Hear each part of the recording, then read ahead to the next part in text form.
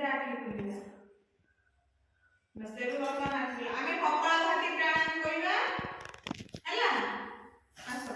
झाड़े एबे आंठू ऊपर हाथ रखिबा आखि मुज आरंभ करो आरंभ करो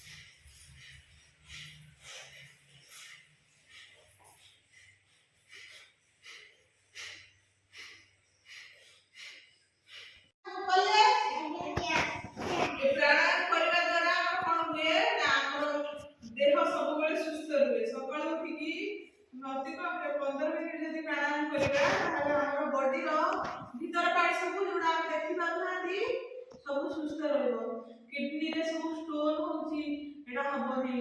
हला हम देह रे चर्बी जमी जाउची ए सब हबो नै बुझिलो आमे यदि 15 मिनिट प्रत्येक दिन सकाळ में प्राणायाम टा करबा हम देह सब बेले